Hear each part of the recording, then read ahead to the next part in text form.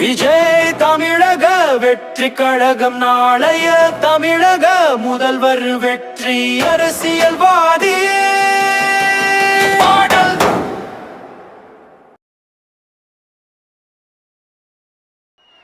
நம்மளுடைய தம்பி தங்கைகள் நம்ம அம்மா அப்பா கிட்ட சொல்லுங்க,